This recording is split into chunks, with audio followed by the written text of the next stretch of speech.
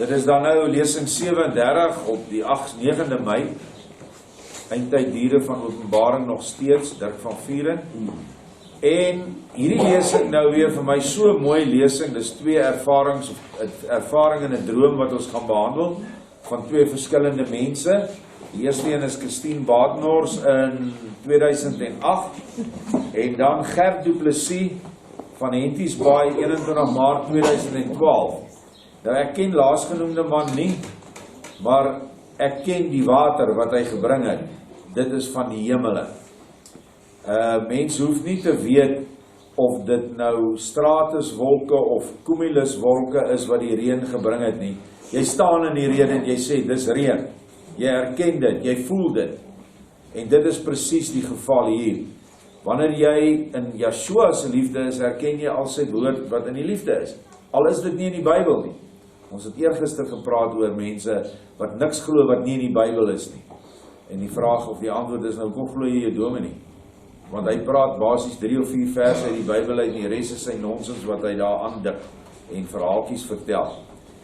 Maar ons begin met hierdie geesteservaring aan Christine op die 18de Januarie 2008. Nou moet ons ook, voor ek dit lees, begin nou jouself inspan om dit geestelik te lees, om die diep innerlike hemelse waarheid te lees. Let wel, die storie wat hier is soos die storie van Goliat en Dawid. Die storie van Dawid en Goliat is vir die kinders, maar vir enige geestelike volwassene sal dit wees die storie tussen Yeshua en die Satan. En aan die eindtyd is Dawid die bruid. So, daar is vlakke van openbaring. Kom laat ons kyk of ons hierdie ene so kan lees. Ek is Christine, sit in Yeshua se arms en ek sien aan my linkerkant 'n klomp swartes met assegaaie wat op iemand afstorm. Daar kom 'n boer aan op 'n perd en so op die perd se rug begin hy hulle somme met die vuiste bydam. Hy gee net een hou en die een wat hy geslaan het trek deur die lug en is mors dood. So hou hy aan totdat hulle almal daar besaai lê. Nie een kon hom iets aandoen nie en hy lyk nie eers moeg nie. Hy stof sy hande af en kyk rond of hy nie nog iemand sien nie. Dit lyk asof hy maar net gou 'n paar bossies uit die tuin uitgetrek het. Nou ja, ek het baie na hierdie vers of hierdie boodskap gekyk en sê ek wens ek's daai boer. Ek wil 'n bietjie daai krag hê. Maar nou kyk ek fisies na dit. Ons kyk in die gees. Assegaaie is iets waarmee jy jou steek. Wat het ons in Openbaring 9 geleer? Die sprinkane kom uit en hulle het skorpioensterte waarmee hulle ons steek. Die swartes is natuurlik, swart is altyd die kleur van boos, alhoewel dit nie 'n kleur is nie, dit is 'n totale afwesigheid van kleur. So wat ons hier sien, alhoewel dit deur die swartes kom, die regering wat nou oor ons is dit 'n baie groter mag. Dit is die mag uit die put van die hel. Dit is die mag wat onder Abaddon nou mag gekry het, nadat die afgrond geopen is, via sin se antimaterie, bose gees, black matter, dark matter, en al die goed wat ons nou al hoeveel keer in hierdie lesings behandel het. 'n Boer op 'n perd is niks anderste as iemand in die stryd van Yeshua se stryd nie. Hy veg vir Yeshua. 'n Perd is altyd die krag van jou oortuiging. En hierdie perd, alhoewel dit nie hier staan nie, is verseker 'n wit perd.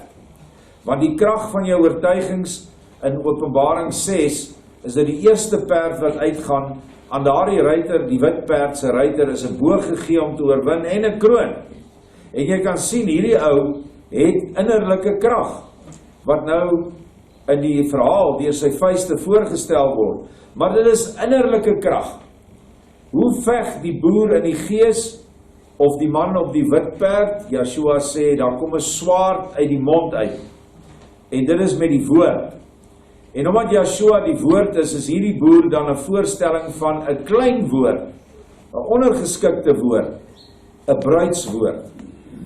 Want die Vader, Yeshua se woord gaan deur die bruid geuiter word op aarde. Heiliglik het die woord krag, maar nog nie die krag wat dit moet hê nie. Dit kom nog en ons gaan lees vanoggend daaroor. En hy's nie eens moeg nie. Dit is sommer maar net absoluut natuurlik.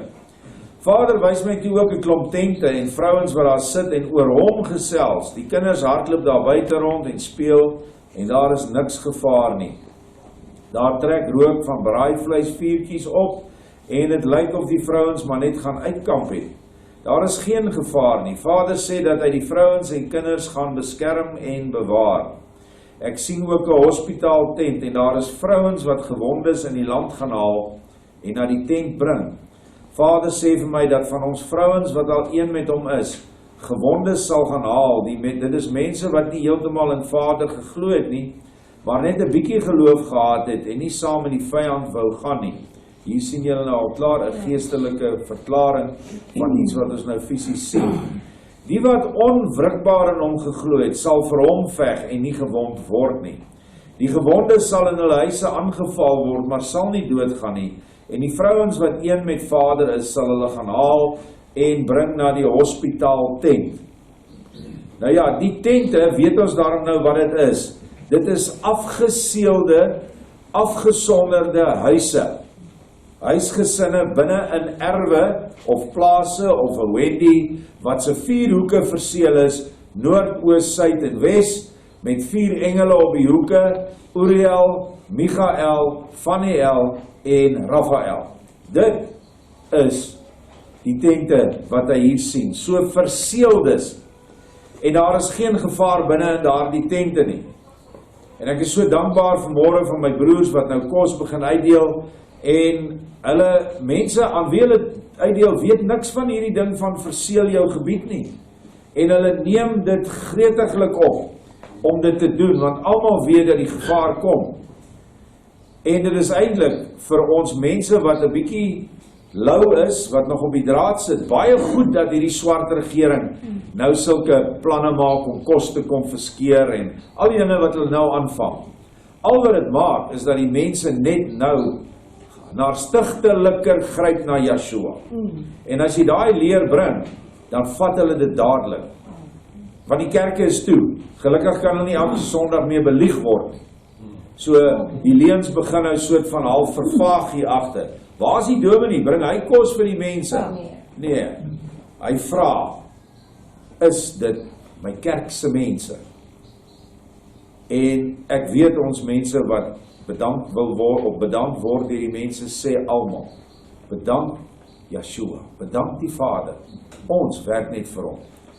Want dis die eerste ding wat hulle vra, ek het dit ervaar op toe ek self persoonlik dit gedoen het. En wat 'n kerk is julle? Nee, jammer ons is nie. Ons bring maar net, ons werk vir Yeshua, ons verlosser. Nou ja, die gewondes hier is die geestelik gewondes wat ons nou inbring. Die vrouens hier stel ook daarom meer die siele van almal voor.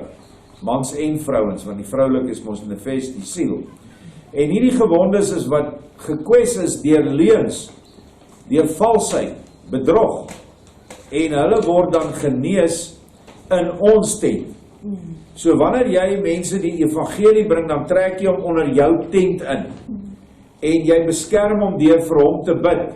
En dit is hoekom Vader so gepraat het in die afgelope week, om kragtig te bid vir die armes, die hongerige ou mense en die kinders wat hongerig is, of honger is. Dit is sodat ons hulle onder ons tent kan inbring. Nou dat hy onder ons tent is, al bly hy nie by ons fisies nie, is hulle ons geestelike, in ons geestelike herberg.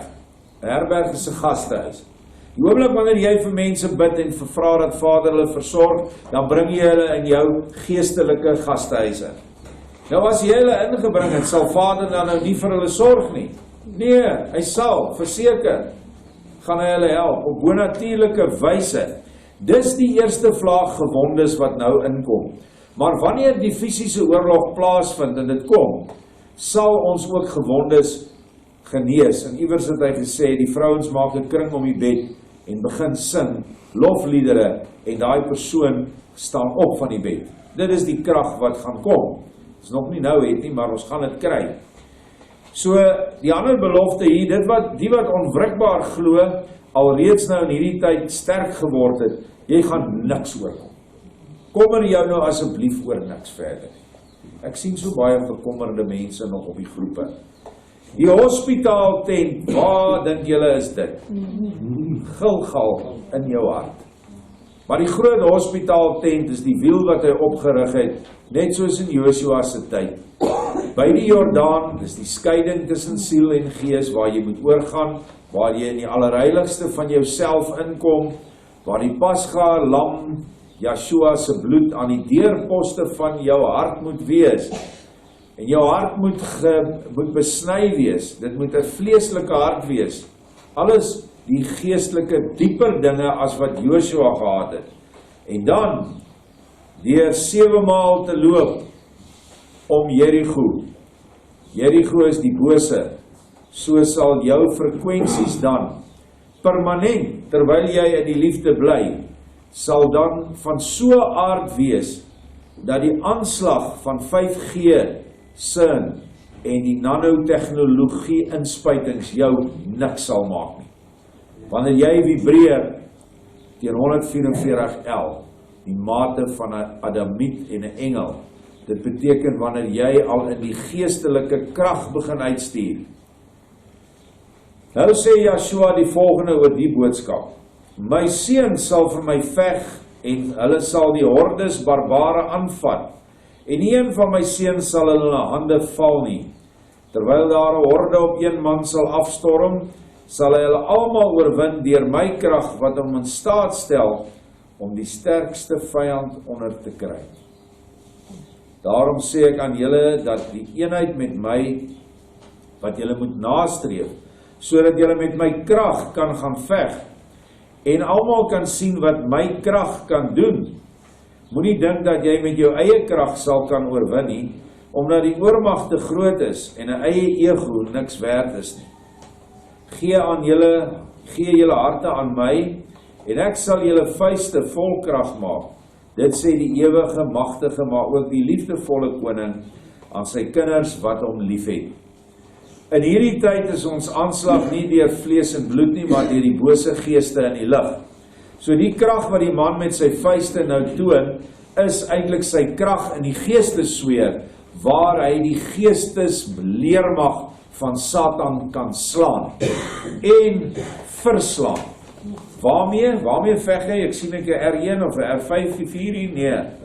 3 keer sê hy, my krag, my krag, my krag, vol van my krag maak. So, Yeshua se krag is die oorwinningskrag van Golgotha, toe hy die dood Satan oorwin het. En nou vir ons deel maak van daardie selfde liggaam. En omdat ons dan in daardie liggaam funksioneer, en ons het besluit om teen die duiwel en sy trawante te staan, dan vul hy ons vuiste, ons geestesvuiste, met krag teen die bose. Deur jou mond sal jy die dood spreek oor daardie demoniese magte, alhoewel hulle nou klaar dood is, maar jy sal hulle mag op aarde kan beperk deur jou mond. Dit is die krag wat ons gaan kry. Wanneer 10.000 kommuniste of EFF ondersteuners op jou afstorm, altoiend, skreeuwend met assegaaie en pangas swaaiend, het jy die volkome volle mag oor al 10.000 se demone, wat dan seker 10.000 maal 1.000 kan wees, 100.000 demone, het jy die krag en die mag in Yeshua se naam. Ons moet dit nooit vergeet nie. So moet ons dit ook nie vergeet nie wanneer die barbaar langs jou bed staan en jy jou oë oopmaak nie. Moenie vir jou pistool gryp nie, want hy gaan gereed wees om jou dood te maak. Jy gaan nie so vinnig reageer nie. Maar daar's 2 woorde wat jy nooit hoef te vergeet nie. Yeshua help. Dis al wat jy nodig het. Dit is die vuiste van die Gees.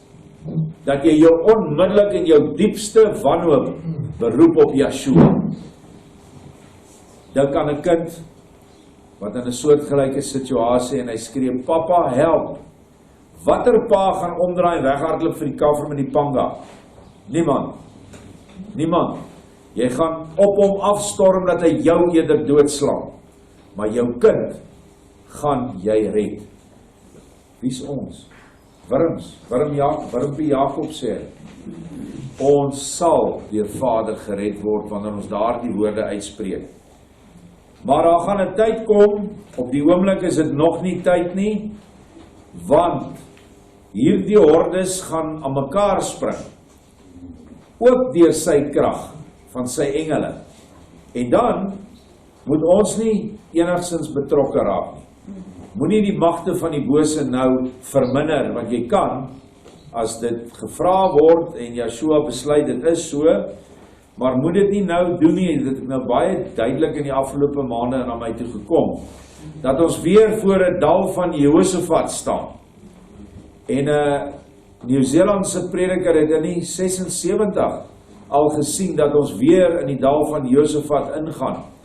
En dat wanneer die leeu sy bek oopmaak, dis die brullende leeu om ons te verslind, gaan staan 'n engel in sy bek, sodat hy nie sy bek kan toemaak nie.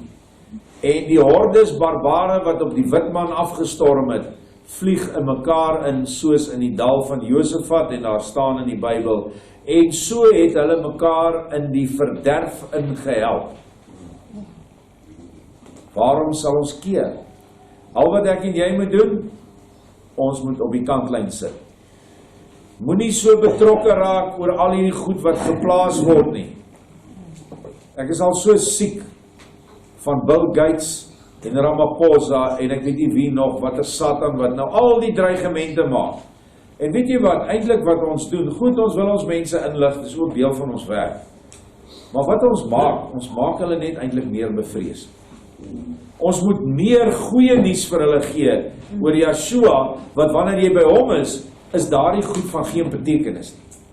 Niks kan jou maak, hulle kan jou niks maak nie. Bill Gates met sy 5G en met sy nanotechnologie, rekenaars wat hy in gel gaan sit en in jou gaan inpomp. Niks kan aan jou iets doen nie, wanneer jy by hom is nie. Maar wanneer jy by hom is, dan moet jy slegs op hom vertrou. En ons gaan nou dit in die volgende boodskap sien. Ek noem dit 'n skrikwekkende visioen en boodskap van die Allerhoogste aan sy volk wat nou in vervulling kom aan Gert Du Plessis van Mount Zion in Eindtyd Diere op die 21ste Maart 2012. Ons praat van 8 jaar gelede. Ons was al uit die herberg uit. Ons het daar geleer dat wanneer Vader sê binnekort nou, moet dit nie in minute of ure of dae meet nie, maar meet dit maar in jare. Dit kan partykeer baie langer wees. Dat het hy gewaarsku in die 30er, 60er jare van die vorige eeu. Toe sê dis nou. En nou wat was dekades later, waar het nou eers alles begin. Hierdie was nie 'n mooi droom nie. Ek droom van 'n baie de mekaar en seer gemaakte wêreld. Ek sien mense in die ergste graad van armoede, hongersnood, pestsiektes en allerhande ellendes. Ek sien 'n wêreld sonder geld, buite beheer wat totaal tot stilstand gekom het. Mense hardloop rond en soek hulp. Ek sien 'n wêreld sonder elektrisiteit, sonder lopende water, sonder brandstof of enige manier van kommunikasie. Ek sien vroue loop en dooie hoenders wat vrek van siektes optel om gaar te maak. Mense verruil enige besittings, hoe waardevol ook al, vir kos en modderwater. Waardevolle goed soos goud en diamante het geen waarde nie. Dis nie eers 'n beker vuil water werd nie. Mense is vuil en hulle klere is in 'n verskriklike toestand, want daar is geen water nie. Lande is bankrot en munisipaliteite bestaan nie meer nie. Geen water of dienste vervul is nie. Riole kan nie funksioneer nie. Al water wat daar is poele, reënwater en damme. Ek sien vroue skep modderwater op en beklei daaroor. Misdaad is op sy ergste graad. Geen besigheid funksioneer meer nie. Mense breek hulle spoghuise af om materiaal te kry om 'n shack op te sit naby water. Boere ploeg en plant nie, want daar is niks diesel nie. Geen saad, geen kunsmis, niks om mee aan te gaan nie. Vuil goed, onkruid het die lande oorgroei. Diere vrek by die duisende, want hulle kan nie gespuit word nie. Dit lyk of die oordeele van God die aarde getref het. Dis 'n donker, God-verlate wêreld. Oral pleeg mense selfmoord. Die rykes wat mense mishandel en te nagekom het, pleeg ook selfmoord. Hulle word net so gelos waar hulle aan bome hang of dood is. Niemand begrawe hulle nie. Ander word net in 'n vlak graf begrawe. Die grafte is oral. Peste en siektes heers onder mens en dier. Dis vreeslik. Ek kan nie naaste by beskryf wat ek alles gesien het nie. Dis erger as wat 'n mens kan dink. Nou terwyl ons nou hier gelees het, kon elkeen vir homself ingedink het, is jammer ons lees nie meer baie boeke nie, want wanneer jy boeke lees, kan jy altyd 'n beeld vorm. Waarom het mense so lui geraak het in die televisie en fliek-era, wil ons die fliek sien. Want jy kan nou maar vir jou hierdie voorstel in die vlees, en dan moet jy dit trek na die gees toe, want Vader se woord is altyd op 3 vlakke waar. En wat hy hier sien in die eerste fase van hierdie droom, ons sal nou oorgaan na die tweede fase toe, is presies die mens se geestelike toestand. Armoedig, dink iewers in Openbaring 3:2 staan, julle wat dink dat julle ryk is, maar julle is eintlik arm. Hierdie mense is geestelik in die ergste graad arm. Hulle het geen brood nie, en ek praat nie hier van brood van die bakkery af nie. Daar's geen Yeshua wat vir hulle gebreek word nie, want hy is die brood van die lewe. En ek dink sommer hier nou aan klaagliedere van Jeremia 4 vers 3 dink ek, waar hy sê, die kindertjies op die strate smag na brood, niemand breek dit vir hulle nie. Maar selfs die draak, laat sy speen beskikbaar raak vir sy kleintjies. Kan julle sien, daar alweer iets vernou, die speen waaraan die draak se kinders gaan drink, is juist nou wat in vervulling gaan, voor ons oë. Kospakkies net vir swartes. COVID-19 inspuitings vir sy kinders, dis sy speen, ek sal niks van daai speen suig nie, niks. Want ek kan hom nie vertrou nie. Kyk nou net hier, pes, siektes. Mense het letterlik geestelike pes. Hulle stink van die pes, want as jy met die medisyne by hulle kom, en die medisyne is altyd Yeshua, dan duins hulle weg soos 'n hondsdol hond wat nie medisyne wil vat nie. Ook nie eens water wil drink nie, want water genees hondsdolheid, maar hy drink nie. Hy gaan en hy byt alles wat hy kan kry, byt hy dood, want hulle ook dan dieselfde siekte kry. En allerhande ellendes. Dit is mense wat so vashou aan hulle kerkdogma. Hulle het niks. Ons voed hulle vanuit dogter van Sion, vanuit die Gilgal klipwiel. Nog sien hy nie dat die geloof wat dieselfde geloof is wat hierdie vol store kos wat vanoggend weer tot oorlopings toe vol is. Hulle vat die kos, maar hulle vra nie, wat doen julle om so baie kos te kry? Wie gee vir julle al die kos? Hoekom doen dit nie vir ons nie? Hoekom moet ons dit by julle kom haal? Wat doen ons verkeerd? Ek kan julle sê, in al my tyd wat ek besig is hier, wonder ek of ek 1 of 2 gesien het wat het gevra het. Ek weet nie, ek kan nie eens onthou nie. Annemarie, kan jy onthou? Nee. Nee, hy gaan terug, môreoggend is hy in die kerk. En hy kry die dominee se lering, maar sy koskas het hy volgemaak van daai mal Israeliete, daai dogter van Sion, daai sekte, daai mense wat glo dat God nog met jou praat. En hulle glo dit hoor, wanneer die dominee vir hulle sê, maar hulle kom haal weer volgende week kos. Dit is die toestand. Hulle is ellendig, maar dit is nie nodig om so te wees nie. Hy sê, hulle hardloop rond en soek hulp. Ons ervaar dit. Die mooiste getuienis vanmôre van Andre en Marinda niemand. Dat ons het 'n bietjie geskakel en ek het helpende hand se kontaknommer gekry en hulle kon gister en eergister 25 ton kos na armes toe vat. Werklik armes. Hulle kon by elke huis instap en sien vir wie dit gaan. En ons sal daar ook vir hulle moet begin help, want dit raak net meer en meer. En daarom, en ek wil dit hier sê vanmôre, Vader het net vir my gesê, toe ek met hulle vanoggend op die foon praat, maak 'n tak oop van Philadelphia Ark, dat hulle die NP-nommer kry, dat hulle dan permitte kan kry, dat hulle by die mark goedkoper afslag kan beding, want hulle koop baie van die kos, en dat hierdie klomp boosaards met hulle polisiebakkies en weermagvoertuie hulle nou met rus kan laat. En dus sal ons dit dan doen met al die Gilgaliete op verskillende dorpe wat besluit het om uit die kas te kom. Julle weet mos wat dit beteken. Die homo kom ons uit die kas uit. Nou vreeslik baie van ons gelowige mense is nog in die kas. Wanneer jy in die kas is jy in die kas van eie liefde.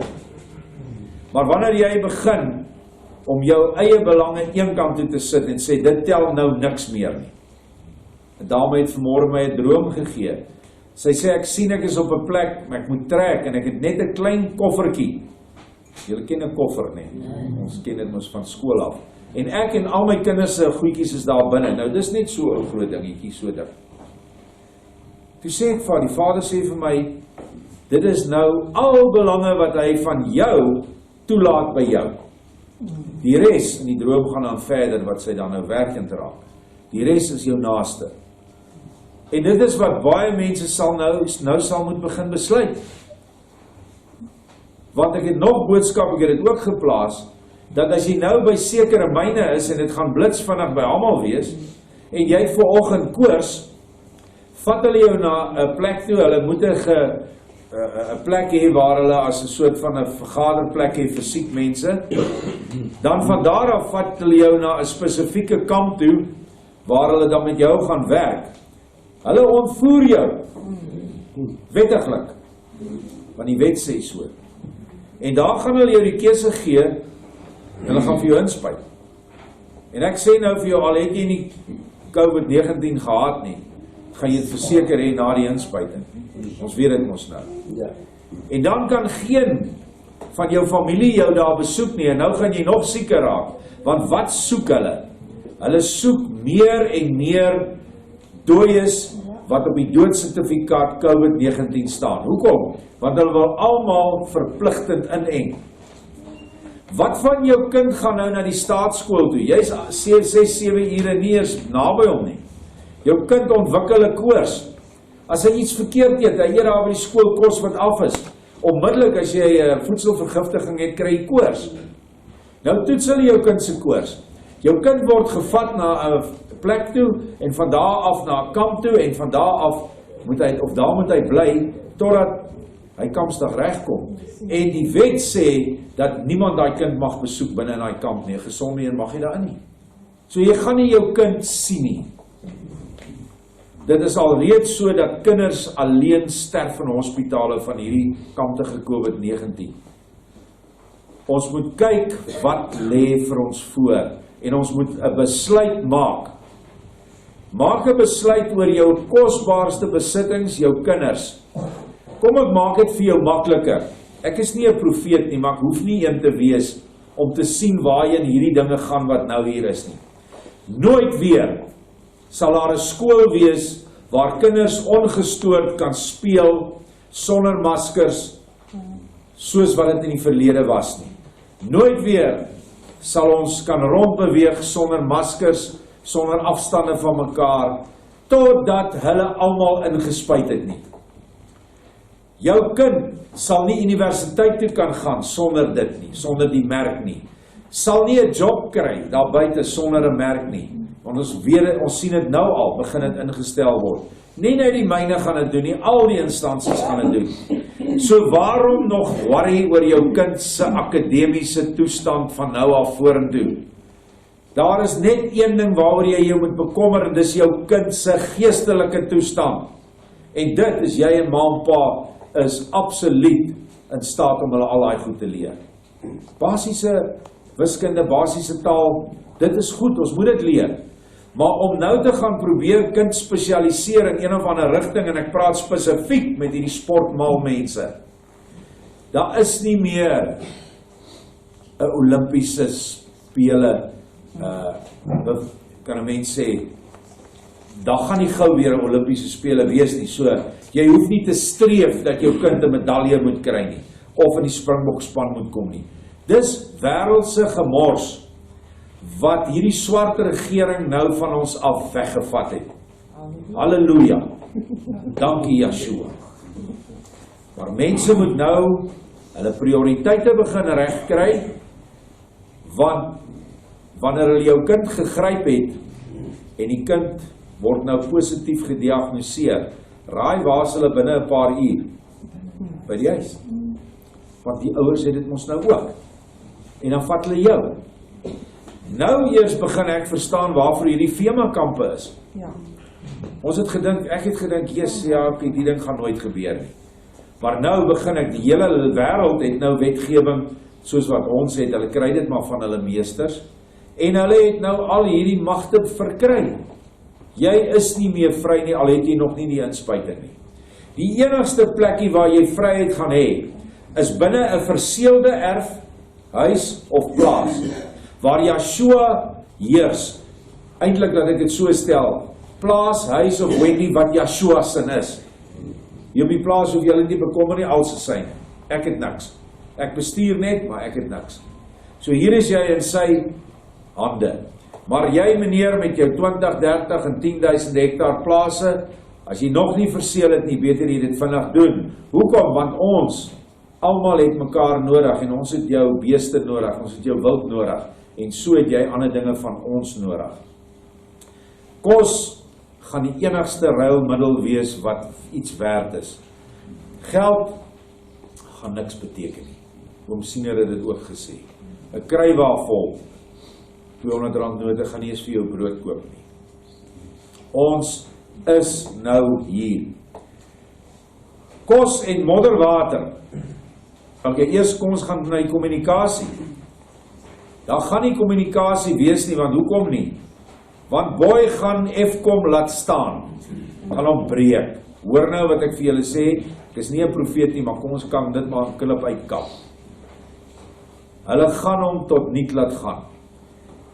Die Chinese glo ek alleen is nie in staat om dit te kry nie, want wanneer hierdie swartes uitgeskuif gaan word deur die Chinese, want onthou hulle besit Eskom, gaan hier oorlog wees tussen hulle.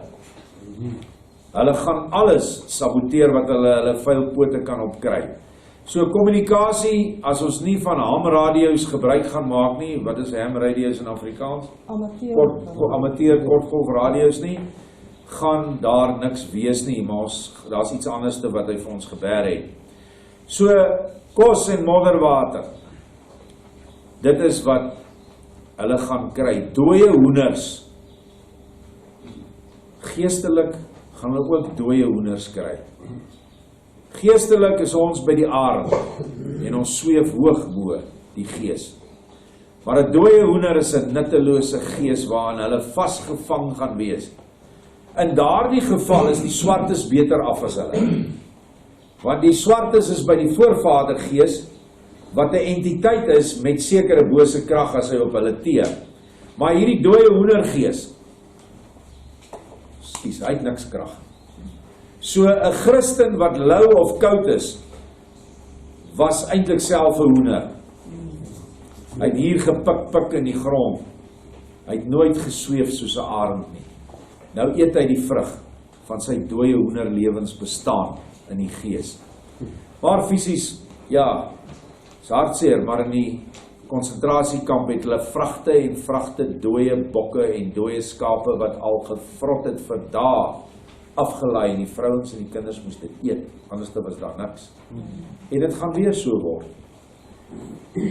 Water, geestelike water is daar nie, lande is daar nie, en munisipaliteite, beheerstelsels, wat ook al, daar gaan niks meer bestaan nie. Almal gaan op hulle eie wees. Misdaad, op sy ergste graad. Wanneer jy op die oop veld is, gaan jy nie bestand wees teen misdaad nie. Die enigste manier hoe jy misdaad gaan beskerm is soos wat nou die afgelope 3 jaar op hierdie plaas ervaar word. Geen misdaad van buite af nie. Misdaad wat ons hier binne kry, klein goedjies wat gesteel word, dis mense wat inkom, wat dit hier binne doen. Maar gelukkig Vader wys hulle daarom vir ons uit. So kan as alles aangaan, daar gaan niks meer verder nie. Geen kerk gaan meer evangeliseer nie. Dis die boere wat die lande moet bewerk, die geestelike lande. Gaan nie meer daar wees nie. Maar die fisiese gaan ook nie meer daar wees nie, want daar is niks meer om te plant nie. Daar is nie diesel nie, daar is nie saad nie, daar is nie kunsmis nie, daar is niks om die goed aan die mense toe te bring nie. Ons kon 2 maande terug ons nie hierin indink miskien nie.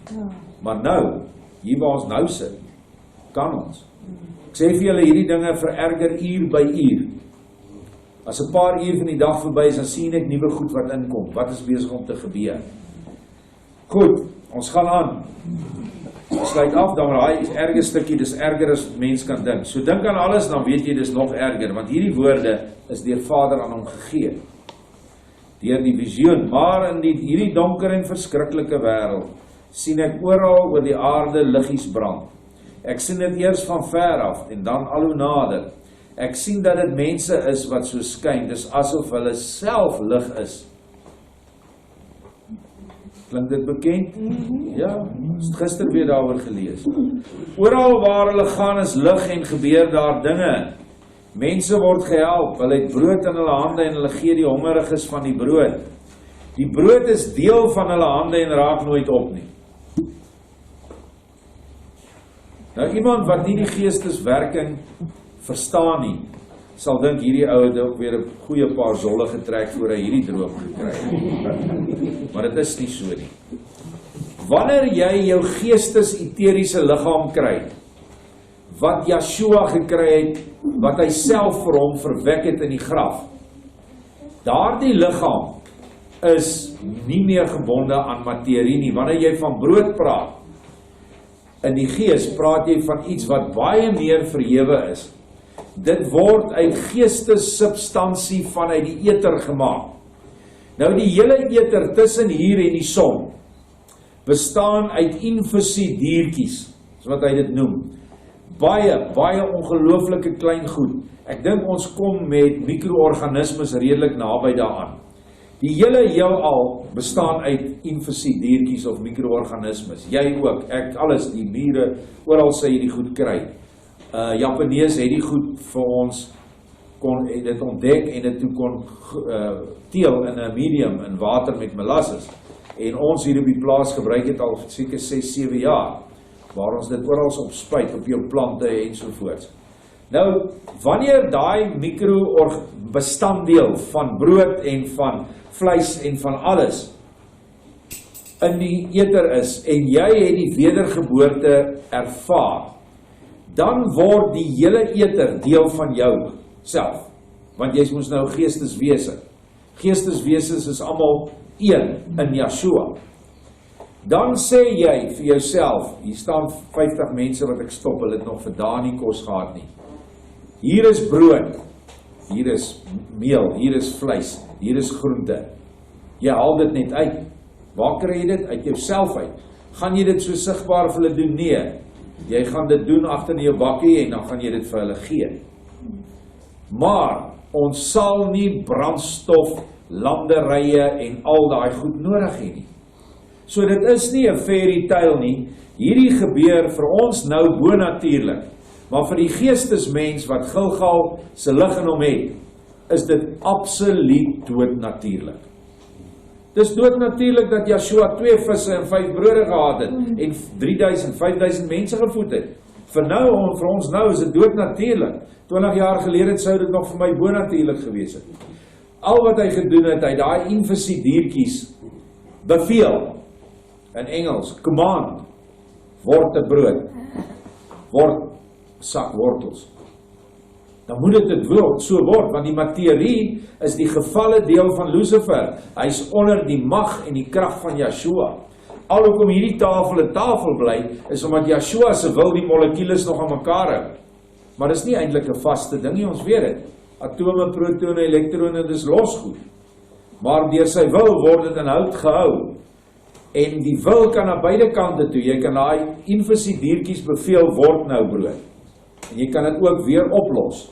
Onthou julle in die nuwe Openbaring? Dan die oue klip, dan sê hulle die klip wegwees, as die klip weg. Ek dink dit was nog Raphael die engel.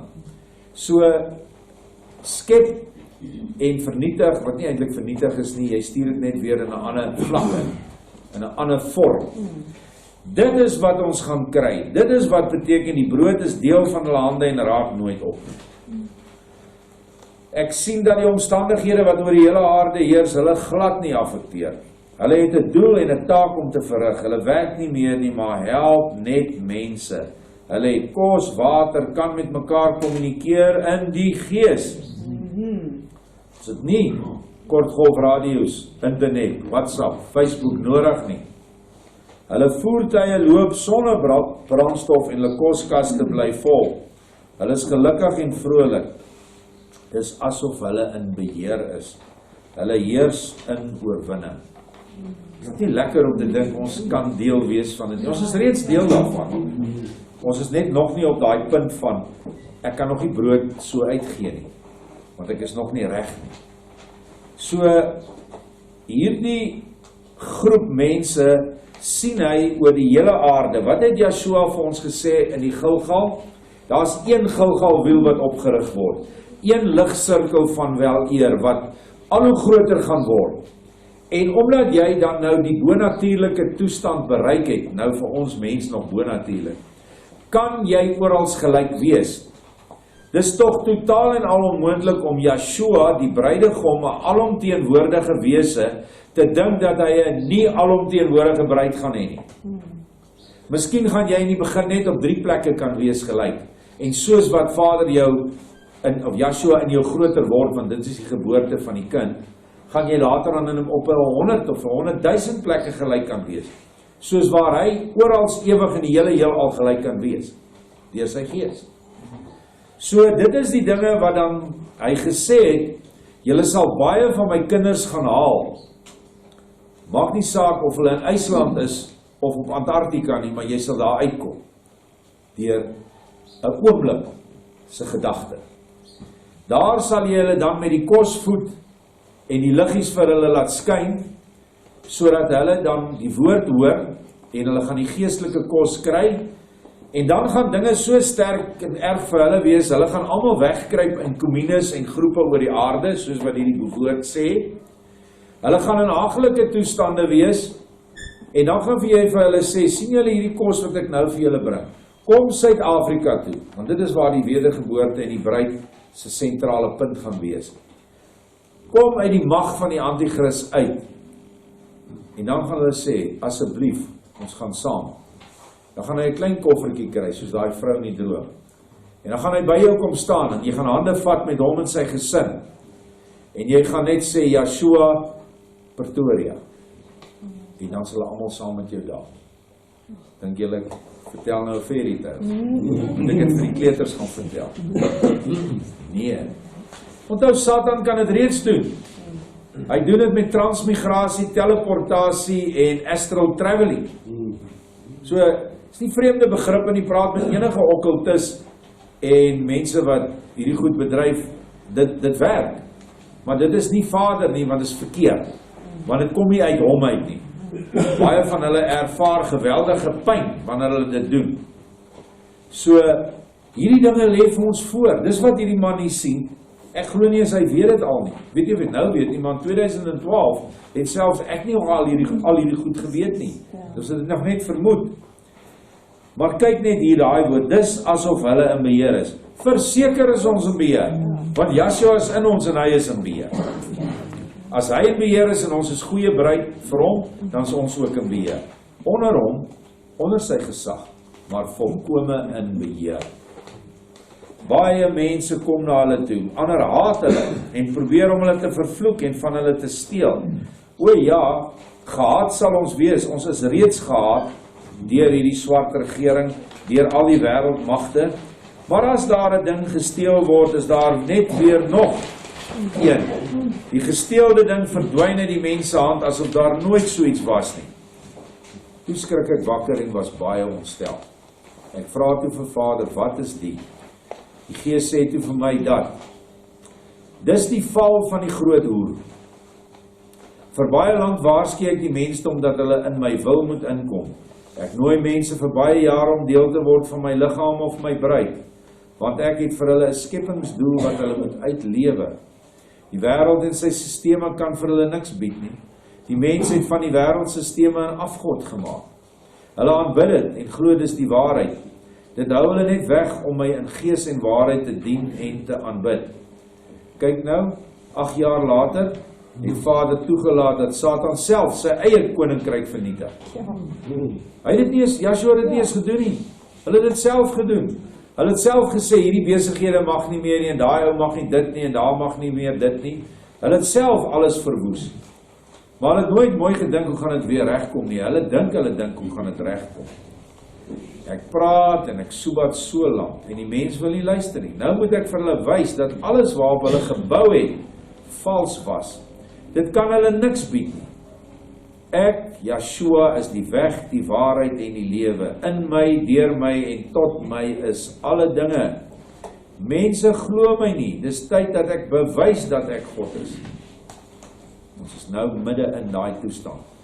Die verligte mense wat in beheer is my liggaam, my bruid. Hulle wat hulle eie lewe tot die dood toe nie lief gehad het nie. Hulle wat my wil gesoek en gedoen het. Hulle wat in hulle self gesterf het en nou uit hemelse plekke funksioneer. Die hemelse plek is basies jou innerlike gees en siel wat verenig het. As ons na die tabernakel kyk, hierdie mense het in hulle self gesterf. Hulle het die voorportaal waar die offeraltaar en die waskom is. Daai ding het hulle van hulle af. Wat is dit? Hulle het hulle ou kleed van selfsug, eie liefde, valsheid, boosheid, wat ons maar gehad het, almal van ons. Niemand is engeltjies gebore nie, ek moet nog daai ou kry.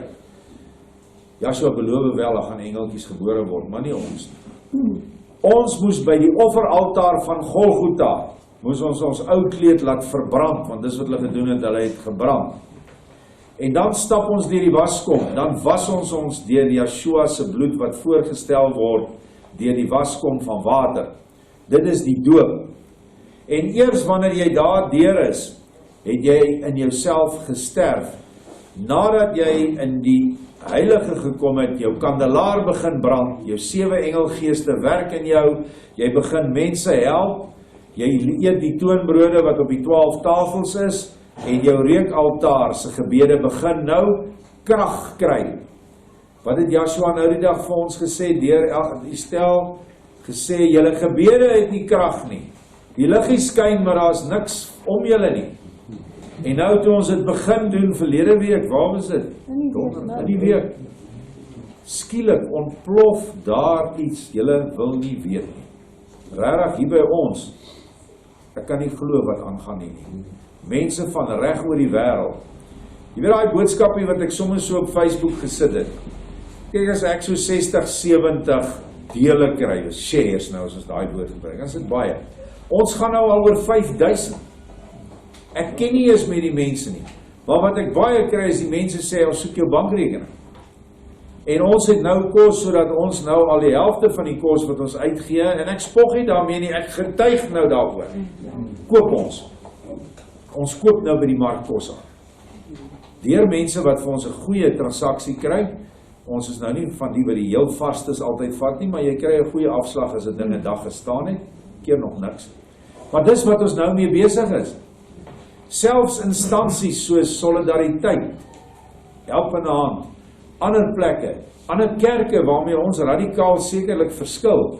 Jy kan nie glo hoe word daai mense geseën nie. 'n Vrou het vanmôre vir my gesê, hulle is af na Kalvinia se wêreld waar dit so droog is, met honderde duisende rande se kos vir daai boere daar. Dis nou nie meer kos vir die diere nie. Die diere is vrek. Dis kos vir die mense. Hulle het niks. En onthou in die Karoo is nie sommer waar jy 'n tuintjie kan maak nie, water is diep, skaars. So dit is wat nou gebeur. Al het hulle dan nou nie al die volle innerlike en geestelike hemelse waarheid nie, het hulle die liefde. En dis tog wat Paulus sê. Dis net die liefde. En die liefde is nie so nie en is nie so nie. Ons moet nie oordeel nie. Ons moet ons volk help, ongeag waar hulle bevind. Ongeag wat 'n kerk hy is. Hulle is in my dood gedoop. Hulle is in die wêreld, maar nie van die wêreld nie. Die wêreld met sy valse hoed kan my bruid nie aanraak nie, want ek leef in haar. Dit is my liggaam. Halleluja, weer 'n keer. As jy deel is van sy liggaam, hoe sal hy toelaat dat hierdie verslaane hoer gees, wat nou nog toegelaat is vir 2000 jaar, maar sy is verslaan. Satan en sy vroulike deel is verslaan by Golgotha. Hoe sal hy toelaat dat dit aan sy liggaam vat? Glad nie. Die Vader het net een keer sy kop weggedraai van my af op die kruis, toe ek met alles van die wêreld besmet was. Hy sal dit nooit weer doen nie. Hy sal my liggaam nooit weer oorgee om verderwing te sien nie. Nooit weer sal die wat in my is hoef te sê, my God, waarom het U my verlaat nie? Die Vader het dit een keer gedoen en dis die laaste keer. Soos wat ek die skares gevoed het, moet my bruid dit nou doen. Hier is die wederkoms. Hulle taak is groot, ek sal hulle beskerm, sodat hulle die oeste kan inbring. Wat se oeste? Mense. Ons moet in die oesland kom. Jy is nie in die oesland as jy by jou huis sit nie. Jy is nie in die oesland as jy by jou plaas sit en net die goed alles wat jy het aanry koöperasie toe nie. Dis tyd dat jy uitkom en 'n deel van jou oes vir jou medemens gee. Die wêreld sal hulle nie kan aanraak of geen effek op hulle hê nie, soos met Daniël se vriende. Julle weet waar was Daniël se vriende? Onthou julle nog hulle name? Salsak, meelsak en appel-eenoog. My op die skool geleer. Sadrag, Mesach en Abednego, maar dis hoe ons dit onthou het. Hulle was in 'n vuuroond gegooi. Niks oorgekom, niks. Hulle daar rondgewandel met 'n engel. En daardie engel sal ook vir ons kom help. Mense, ek het so groot dringendheid, nou is dit sy eie woorde op my hart, om die droom met almal te deel en vra dat julle dit vir julle geliefdes sal stuur. Daar is nog 'n oomblik tyd, maar net 'n oomblik. Môre kan te laat wees. Vertaal dit, doen alles, maar laat die boodskap die wêreld ingaan. Wat ek in die droom gesien het, kan ek net probeer vertel. Dis veel erger as dit, glo my. Hoekom moet mense deur die dinge gaan as dit nie nodig is nie? So wanhoopsvraag, mense vra dit maar baie. Kom onder die groot hoer Babylon uit, sodat julle nie van haar pla ontvang nie. Kom in 'n verhouding met die Vader en in sy wil in. Dit staan in Openbaring, ek het die versie onder gesit. Moenie rus voordat jy nie sekerheid het nie. En die van ons wat glo ons is daar, kom ons plaas onsself op die altaar en vra die Gees van God om ons te ondersoek. Ons is ook mense en kan ook mislei word. Kom ons begin die wil van God soek met alles wat in ons is, voor dit te laat is, want die dag het ver gevorder. Dit is die enigste plek waar ons veilig is. Groete in Christus Messias. Ek sit daai 3 verse daar, want hierdie ding van, dat jy nie van haar pla ontvang nie, het nou absoluut in vervulling gegaan. Hoofstuk 17:12 van Openbaring, en die 10 horings wat jy gesien het, is 10 konings, wat nog geen koningskap ontvang het nie, maar hulle ontvang mag soos konings 1 uur lang saam met die dier. Terwyl hulle wat ver weg staan uit vrees vir haar pyniging en sê, wee jou, o groot stad Babel of Babylon, o sterk stad, want in 1 uur het jou oordeel gekom. Vers 16 van hoofstuk 18, wee die groot stad wat bekleed was met fyn linne en purper en skarlaken en versierd was met goud en edelstene en parels, omdat in 1 uur soveel rykdom verwoes is. Dit is die uur waarin ons nou is. Hy sê, julle sal die dag weet, maar nie die uur nie. Vir die ander groep sê hy, die groep wat hy dit nou voorsê is, hulle wat by die land is, dis die oesland, en wat aangeneem word, die ander word daar gelos. Dis hulle wat by die meel staan, en aangeneem word, die ander word gelos. Die meel is waar ons rouproduk, koring omskakel in brood. Dit is hulle wat hy sê, julle sal die dag weet, maar nie die uur nie. Maar vir die ander sal nie die dag of die uur weet. So ons weet is nou. Ons weet ons het in hierdie uur ingegaan. Ek dink ons is nou al 'n bietjie meer as 'n maand in hierdie uur in. Hoe lank hierdie uur gaan hou, as ek Noag se tye moet vat as 'n norm, dan sal dit 150 dae lank baie erg wees. Soos wat hierdie bose waters, al die boosheid wat uit hierdie kabal wêreldregering kom, via hulle swart slafies hier in die land, gaan vir 150 dae, dit is 5 maande baie erg wees. Want Openbaring 9 sê, hulle het die mag om 5 maande vir julle met hierdie skerpioene te steek. So as ons kan uithou tot na 5 maande, dan lyk dit vir my dat dit nie meer baie erg gaan wees nie, maar dan gaan die hele wêreld sekerlik al, buiten sy kinders, gaan al gemerk wees. Hulle sê dat hierdie 5G, as hy aangeskakel word, vat dit so 5 tot 6 maande. Dan kook jou DNA soos 'n mikrogolf vleis kook in 'n pot. En dit is dan wat die grootste sterftes sal bring.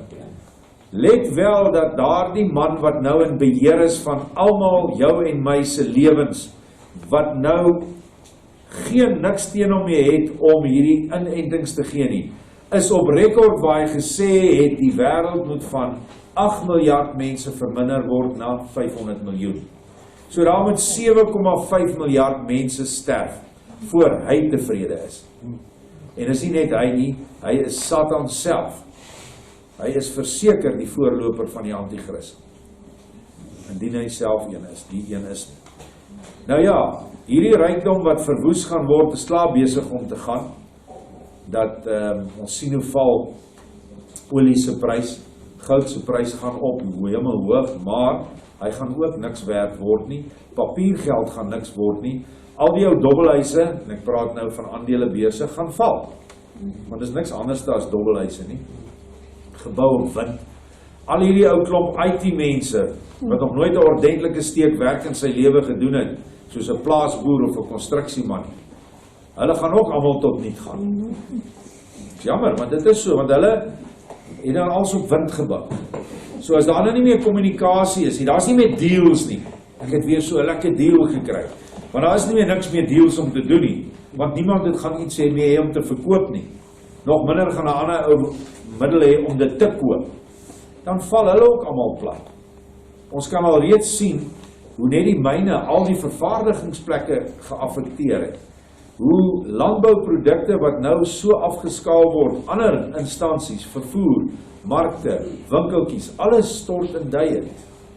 Op die ou einde gaan net die groot korporatiewe organisasies oorbly. Daai wit ouens, daai 4 ryk manne, julle het al hulle foto's gesien het, wat soveel biljoene geskenk het vir hulp in hierdie tyd. Hulle is heeltemal tevrede. Het julle al gehoor dat hulle enige blaar gegee het oor die geld net vir wit swartes gaan? Niks. Hulle is saam met hulle. Onthou vir mense wat nie volksgebonde in Yeshua se liefde leef nie, is 'n mens net 'n kommoditeit. Dis al wat hy sien. Hy sien 'n kliënt. Wit, swart, geel, groen pla hom nie.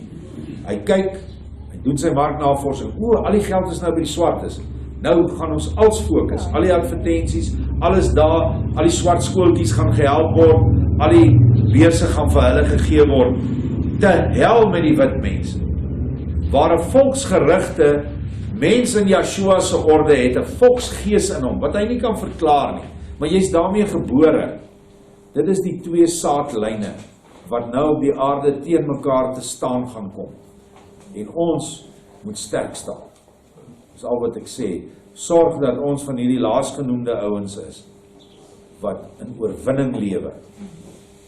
Kyk maar net wat 'n aanslag ons moes deurgaan in die afgelope tyd en hoe het ons oor dit gekom. Het ons iets daaraan gedoen? Kan ons roem dat ons iets gedoen het?